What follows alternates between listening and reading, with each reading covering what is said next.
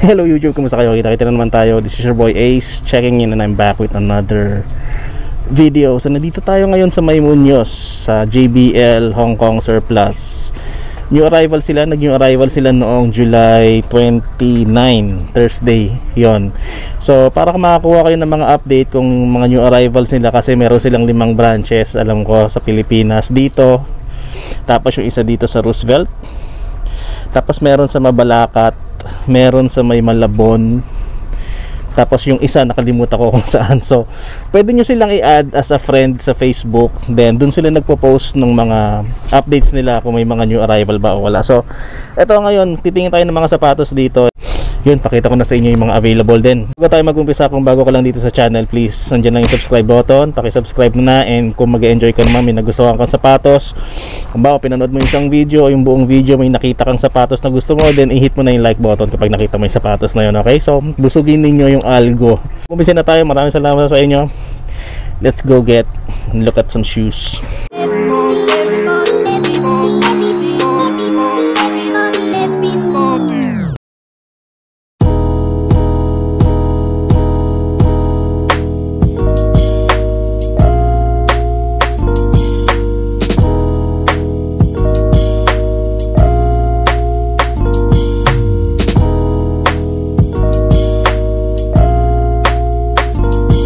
So umpisa natin dito sa pader na to. So dito sa taas may makikita kayong Pure Boost dyan, may Asics, merong Puma Basket, pambabae na Nike, hindi ko alam, Port Royal ba yan, I don't know.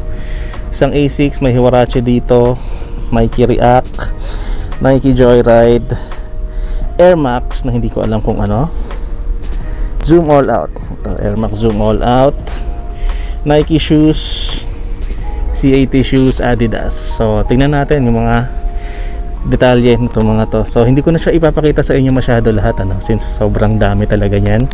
So ang gagawin natin, kung ano lang yung parang pinaka-interesting sa akin, sa tingin ko, yung mga pogi shoes, hindi ko na rin ipapakita yung mga yan since masyado ng outplayed yung mga yan, ano. So ito, umpisahan natin sa bandang ito. Bukaw to sa tingin, ano, Adidas na sneaker. Kung makikita nyo yung logo na to, yan yung logo dati nung parang pinaka outsole design nila. Tignan nyo, mayroong finger sa taas. Ito yung sa forefoot, then sa may heel part. So ito 1,885 pesos to. Ang size na ito is size 6.5, euro 39.5. So maliit pang babae. Kung maliit yung paa ninyo, kasya sa inyo to, pwede pa to. Actually hindi ko alam kung anong klaseng model to, pero yan nakalagay sa likod 032C. Ayan, pwede nyo lang i-google. Ganda pa na ito.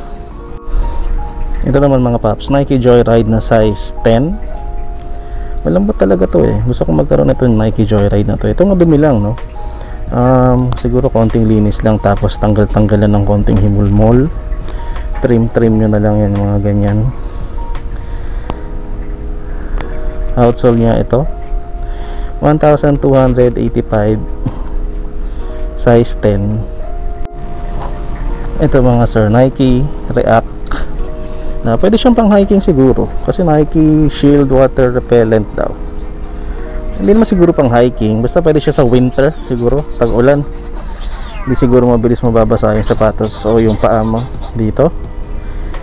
So yan siya, G90 water repellent, Odyssey React, yun pala yung model niya. Wala siyang size tag, hindi ko makita, so pwede kong sabihin na size 10.5 or 11 ito. 1,285 po ang kanyang price. Okay. Ito naman mga paps, Asics Carter Japan. Ito maganda to eh, para maganda siyang pang casual, pero hindi ko talaga alam kung anong use nitong sapatos. Ang size nito is size 9. Oh, mura lang siya, 685 pesos lang. Solid pa to, walang sole separation, walang sira yung upper. Separation ba to? Konti lang pala, maangat lang, pero hindi pa naman siya separated talaga. Okay pa to, Carter Japan Asics. Small size naman, size 6Y na Air Max Axis. Meron naghahanap sa inyo para sa jowa ninyo, para sa anak ninyo, pwede pa. Yellowing lang yung kanyang upper. 1885. Wow, gulit ako sa presyo niya, pero okay pa, solid pa naman kasi.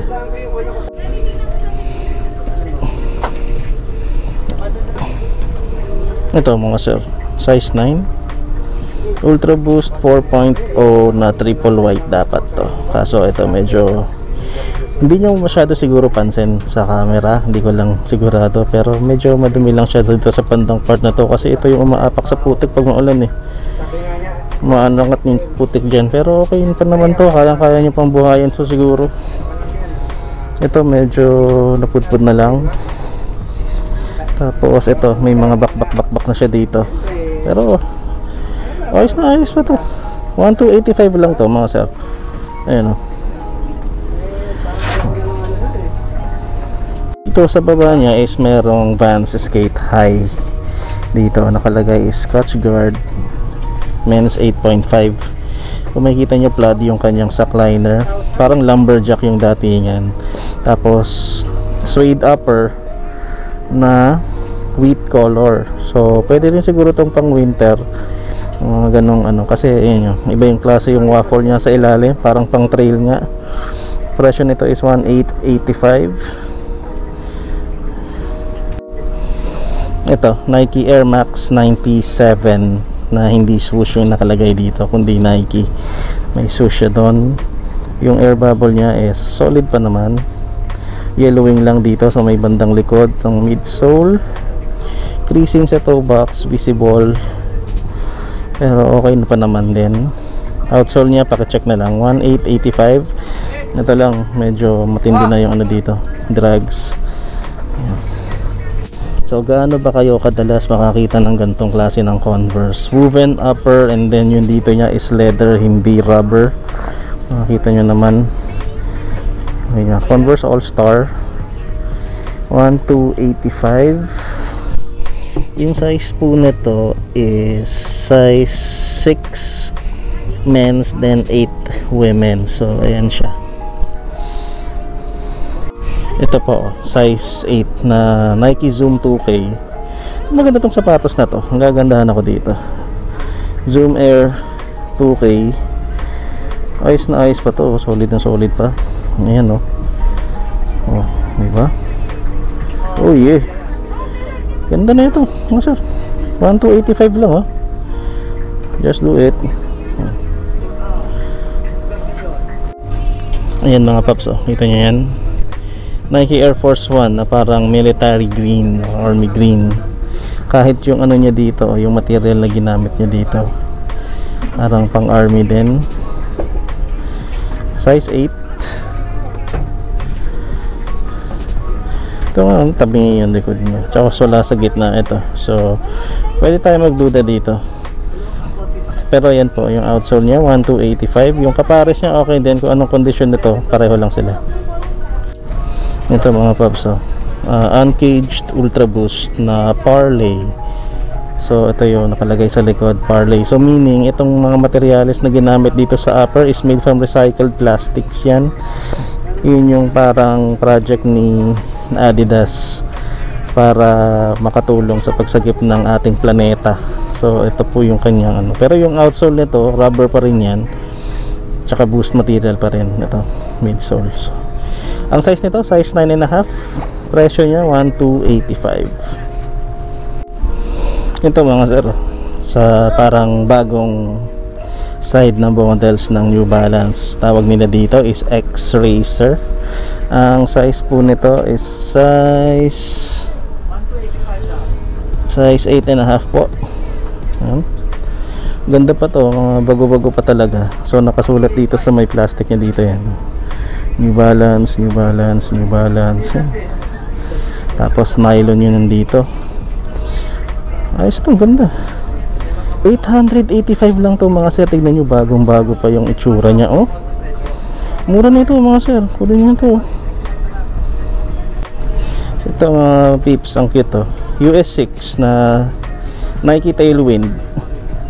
Bumuka na nga lang yung likod, pero ganyan lang dapat yan. Pero baka kasi dahil dun sa palaman kaya gumanon. Pero yun, ang condition nito okay pa, oh. Nylon or ano tawag dito? Ballistic mesh yung upper. 685 lang. Size 6. Size 10 Adidas Barricade. Yellowing na nga lang yung upper, pero solid na solid pa yung kanyang outsole and midsole. Mga scuffs nga lang dito sa may plastic part dito sa may gilid. Oh, di ba? Sabi ko sa inyo solid pa yan. 885 lang. Size 10 po. Ito mga sir, Adidas to eh. Pero Porsche design yung nakalagay. So hindi ko alam kung collab nila to. So yung nakalagay din sa loob, Porsche design Sport. Pero leather quality niya malambot ah. Midsole niya parang may nakapatong overlay na layer ng leather din. Yan po yung toe box niya. Wow, 685 pesos lang to. Para sa mga size 10 dyan, pwede na sa inyo to. Pang basketball din yata to, hindi ako sigurado. Pero ito siya. Ito mga sir, Nike Flight 95 Bonafide. So yung outsole or yung midsole nito is yung parang sa sapatos ni Jason Kidd. Tapos nilagyan nila ng Flyknit upper na ganyan, na parang medyas na. Size 12 po ito. Ang presyo nito is 1,285. Yun nga lang ito, sobrang ano na nung drugs na punit na yung rubber. Pero okay pa naman, no? Yun lang talaga problema. Tapalan nyo na lang kung gusto niyo. Ito, Nike Flyknit Lunar 2. Ganda ng colorway nya, white and red. Tapos may mga hits ng Volt green sa flywire. Size 9.5 po. Panalo pa to. 885 lang. Okay pa naman yung outsole. Most of the time kapag ano yan, nakikita nyo solid na yan eh. Hindi nyo na makikita yung mga corrugated na part na ganyan. Pero ito kita nyo pa. So meron Jordan sneaker dito. Kita nyo yung toe box nya parang elephant print. Meron Jumpman na infrared dito sa may dila and dito sa may bandang heel cup. Ang size nito size 8. May nakasulat dito eh, inflate to 20 PSI. Tapos sa kabilang side nya is Jumpman ang nakalagay. 23 dito sa may heel drags, kitang kita lang. Jumpman doon sa may bandang toe. 1,885. Boom, ayan. Sa ilalim niya is merong Baron Jordan 13s. So kitang kita naman dito sa may overlay na to, na legit siya. Kasi yung ganyan, makikita nyo yung lubog na lubog eh. Minsan sa mga replica niyan, parang tahi lang sa ibabaw, hindi nyo nakikita yung perforations o yung indented na ganyan na lubog. So okay na okay to. Maliit nga lang yung kanyang size, no? Yung size niya is size 7.5. Kita nyo yung 13 dito sa may ilalim. Ayun. And then Jumpman dito. Jordan pala, sorry. Jordan sa may harap. Ayos na ayos to mga sir. Ito, kung balak yung bilhin to, ito lang, meron siyang sole set dito. Kaya nyo pa naman siguro madikit yan. Madali lang yan. Magkano ba to? 1,285 lang. Konting dikitan lang, kayo na bahala. So ito din yung hologram niya. Buguhan nyo lang ng ano yan, ng hangin mula sa hair blower. Makikita nyo na yung hologram sa ilalim uli niyan. Ganda na ito. Ang ganda pala ng material na ito, ang lambot. Tapos i-redesign pa siya. Ayan. So Baron 13s po dito. 1,285, size 7.5. So ito, check natin to. Nike Air Force 1 na malaki. Sobrang laki. Itong bigat. Ayan, check natin yung size nya dito sa baba. Size 10.5 po ito. So ayan, scuff mark lang dito. Kita naman yellowing ng midsole. Diretso na sa outsole yung yellowing niya. 885 lang, size 10.5. Ito pa. So ito mga sir, Lunar Force 1 naman, size 8. Tama ba? Oo. Size 8 po. Sayang to, yellowing lang tong mga parts ng Hyperfuse dito. Hindi ko alam kung kaya pa puputiin yan pag binilad mo sa araw gamit yung soul sauce. May nakasubok na ba sa inyo? Pati yung outsole nya, paputiin nyo na, kasabayan na. 885 lang din. Ito mga sir, Nike N354 ba? Tawag nila dito, di brake. Ang size nya, nakalimutan ko, tinignan ko na eh. Size 9.5. Size 9.5, Nike di brake, 1885. Maganda yung swelas ah.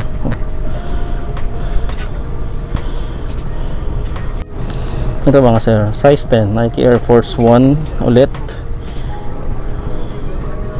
Parang woven part yung kanyang ankle part, no? Ang size nito size 10 nga, sinabi ko na.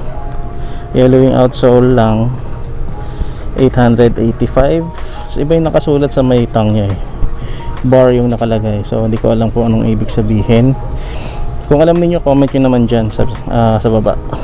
Nike Air Force 1. Ito para sa akin, isa sa pinakamagandang sapatos dito is itong Saucony Grade 9000. Size nito is size 9.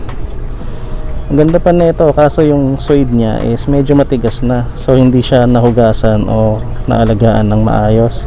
Pero siguro kung babrushin nyo yan, magiging malambot uli yan. Ang ganda pa ng kulay nito. Ayan selas ng Saucony, sabi ko sa inyo matagal mapudpud yan. So kitang kita nyo pa yung mga nandito. 885 pesos lang to. Ayan siya.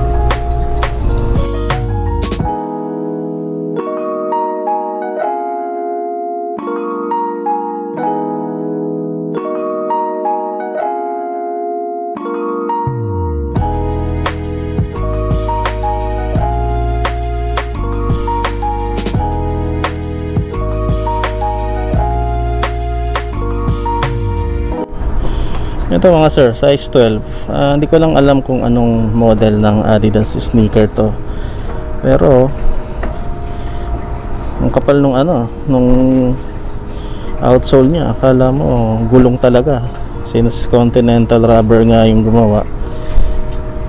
Pero napudpud na siya dito. Ayos po. Prime knit upper.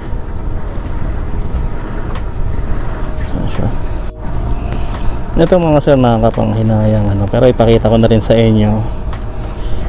Jordan 6 Slam Dunk. Hindi naman siya legit, pero sayang naman. Ito nga lang kasi nag-crack na yung midsole niya. Pero hindi pa naman siguro magka-crumble yan.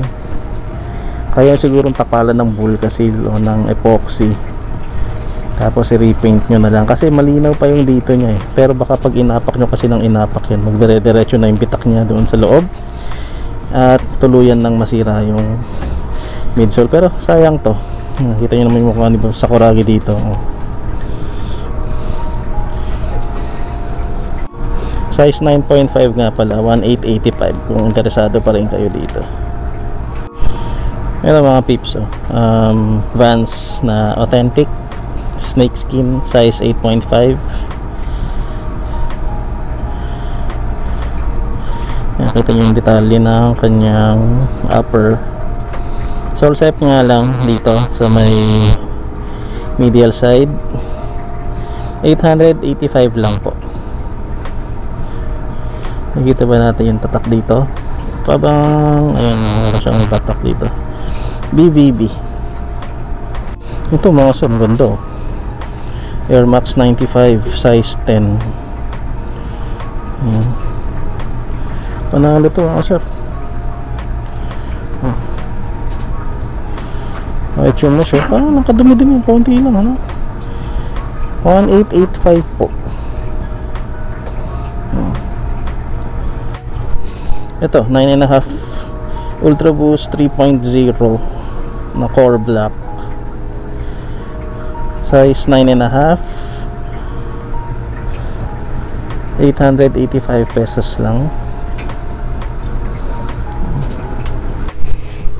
Ito mga peeps, Nike Epic React po, size 7.5. Yung Epic React, iyan yung ginawang technology ni Nike para ipangtapat nila sa Boost ni Adidas, pero parang hindi naman nila natalo, no? Kasi comfort wise talaga mas malambot at mas masarap sa paa si Boost. Ito 885 lang, ulit size 7.5 po. Ito bihira nyo makita sa ukay ito, yung Lecoq na parang dad shoes nila.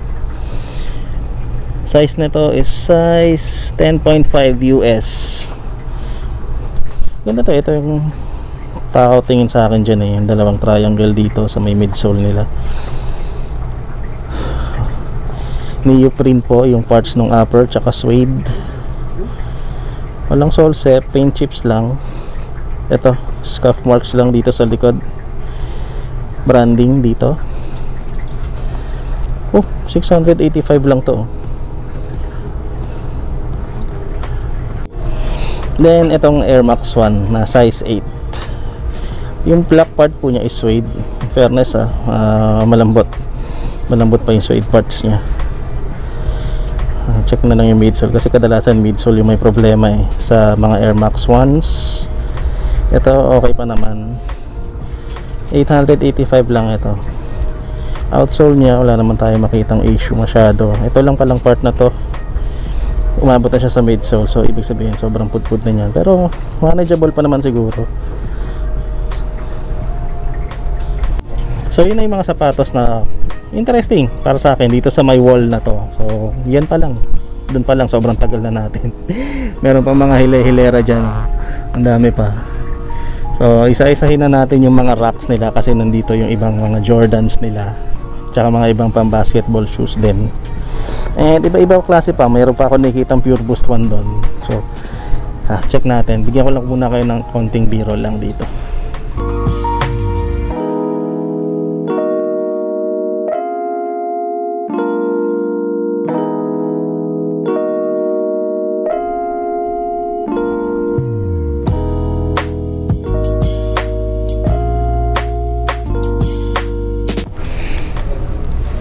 Ito mga pips, Adidas Pure Boost 1. So technically ito yung pinaka unang Pure Boost design, and masasabi ko, no, yung pinaka komportableng sapatos sa lahat ng Boost shoes.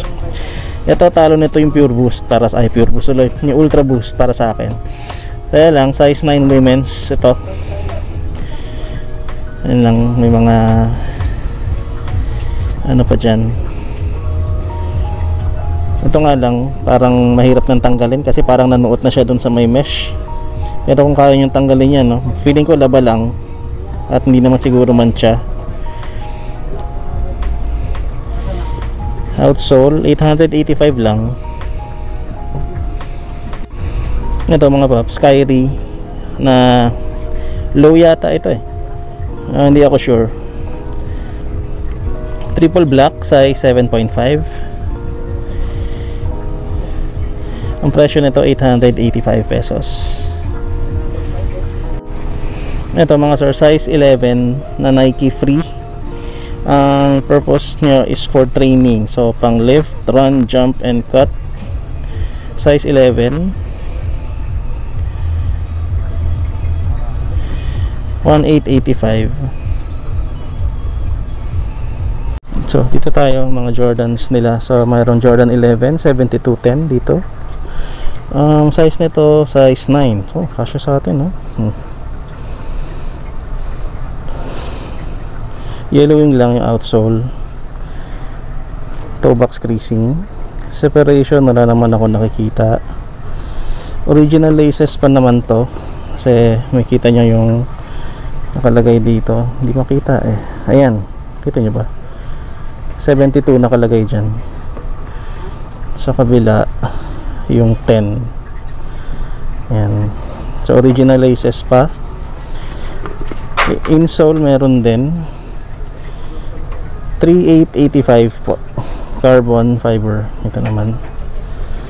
So yung pares niyang isa Ayun lang, konti lang yung separation, pero hindi pa naman malala yan. Ito lang din, meron na dito. Katabi niya is itong Concord Lows. Size nito 7.5. Dumi lang dito, pero ang ganda ng patent leather niya, ang kintab. Ayan siya. Tapos yung mesh upper niya, yung Cordura mesh niya, puti pa. Tapos konting yellowing lang ng outsole. 4,885. Ayan. Dito naman Vapor Max. Ang size nitong Vapor Max na to is size 7.5 din, triple white. 1,285 lang. And then itong Jordan 12 nylon. Ayan siya. Yellowing lang yung outsole niya. Ayun lang. Ang size nito is size 10.5 po. So ayan siya. Itong puti gugulat ko bakit ito hindi naninilaw Ano yung the rest of the outsole naninilaw Ito 3,885 po, size 10.5. Tapos ito, hindi ko alam kung ano model ng Jordan to, pero parang hinango siya sa Jordan 15, size 9. Meron siyang zoom technology daw. Ayan, nakalagay dyan. Presyo naman ito is 2,885 pesos. Katabi niya is itong Parley na Ultra Boost 20. Ayan. Yan, made with Parley Ocean plastic.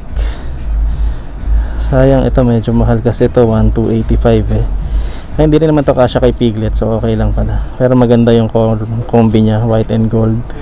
Nakalagay Ultra Boost dyan.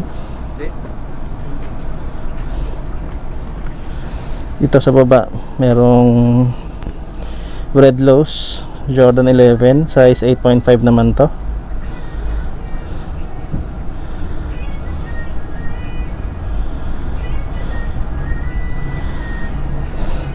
$3,885. Yan po, carbon fiber. Ito po, Nike Air Max 1, size 10.5. Check na lang to, para nagbabakbak na yung suede or Duraback upper niya sa parts. Ito yung sinasabi ko sa inyo, problema ng AM1 or AF1 is AM1 pala, AM1 is itong kanyang midsole. Most of the time kailangan mo i-repaint yan pero yung upper niya parang solid pa naman, konting ingat na lang siguro sa paglinis. Pero sa liner, insole, okay. 1,885. Isa pang Epic React dito, size 11 naman, triple white. Pero maganda lang to sa summer, hindi siya maganda gamitin ngayon, tag-ulan na. 1,885. Ito, isa pang 7210 na Jordan 11, size 10 naman to. Legit din naman to. Mga sir, wala naman kayong kailangang alalahanin dito. So ayan siya, presyo nito is mas mura siya, 2,885 kumpara dun sa 3,885 dun sa kabila. Ito naman mga sir, size 8 na Nike Element React 55.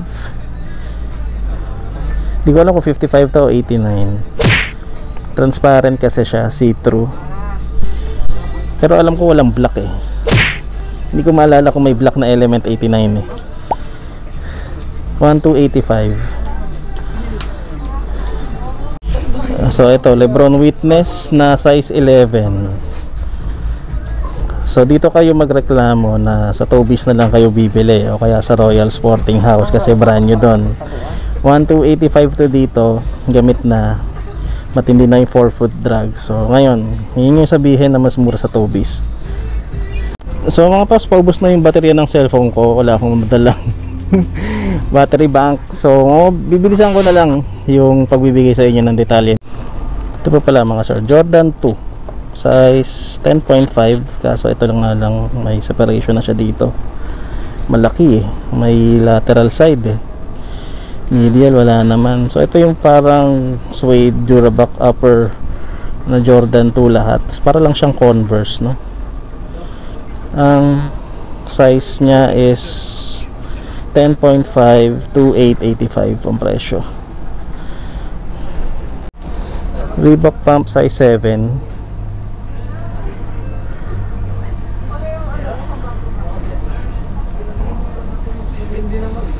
1,285. So pakita ko na rin sa inyo to, Balenciaga na triple S. Kayo na bahala mag LC, hindi ko na rin hindi rin naman ako marunong tumingin ng Balenciaga, pero size 40 po siya. Ano bang size 40? Size 7.5 o size 8? 4,885 mga paps. So ayan. And then katabi niya is ito, huwag nyo nang pansinin to kasi hindi to legit, no? Yung isang legit is nandun sa may bandang dulo. Ito pala mga sir, yung isang infrared na Jordan 11 low. So ito lang, may mga himulmul na o natatastas na ng konti yung cordura, nylon. Ang size pala nito is size 9.5. Size pala natin yun lang. May crack na rin dito yung patent leather, yellowing ng outsole, 2,885. So ayan po yung kanyang carbon fiber. Ayan po. So ayan, pagtabihin natin sila. Ayan, midsole nyo okay naman eh, no? Kasi yung splatter, makita nyo yung difference sa splatter nya is ito, parang mas malalaki, no? Tapos yung kita nyo yung part na yan, nakaumbok siya, diba? Dito, diba? Tapos yun nga, pakita ko sa inyo yung carbon fiber. Ayan yung carbon fiber nung legit. Then ito yung carbon fiberan ng ng reps. So ayan siya. And kung makikita nyo sir, magkapresyo lang sila dito, 2,885 lang sila pareho. So kayo na bahala, take advantage nyo na. Ito ganda to eh, no? Pwede pa, kung pwede pa sa inyo to, kaya ng budget ninyo, kunin nyo na eh. Ito mga paps, so size 8 naman to, pero mga siyang size 8.5 na Jordan 9 statue. Ayan, itong sapatos na to is parang commemoration or ginawa para doon sa estatwa ni Michael Jordan doon sa may United Center. Ang suot niya kasing sapatos sa statue na yun is itong Jordan 9. So and gawa sa bronze yun. So ito, ginawa nila itong colorway na to. So size 8 siya. Ang presyo nga pala na ito is 4,885. Jordan 11 IE.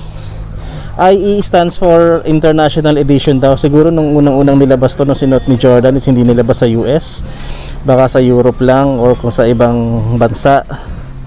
Pero ito yung varsity red colorway nya. Ang size po nito is size 8.5 to 885 po ang presyo. Sport blue Jordan 6. Ito yung isa sa mga OG colorways na nilabas noong 1991. Apat lang na nilabas yun eh. Ito, infrared, black infra, at saka Jordan 6 Carmines. So ilang beses pa lang na retro tong sport blue, 2 beses pa lang yata. Ang issue lang nito is ito, hindi ko alam kung bakit nabibiyak yan. Nabibiyak. So yun yung problema niya. Ito, kita nyo may konting tagpis na rin dito. Ang size nito size 11 yata, size 10.5 pala. So kung kaya nyo remedyohan tong spoiler nya o yung pull tab nya sa likod, then pwede nyo pang kunin to. Legit naman to mga sir. Then yung katabi nya dito is itong parang metallic gray or metallic na Jordan 32 naman. Okay lang, maganda pa to, 2,885. Ayan. Yung Jordan 6 pala, hindi ko na ipakita yung presyo.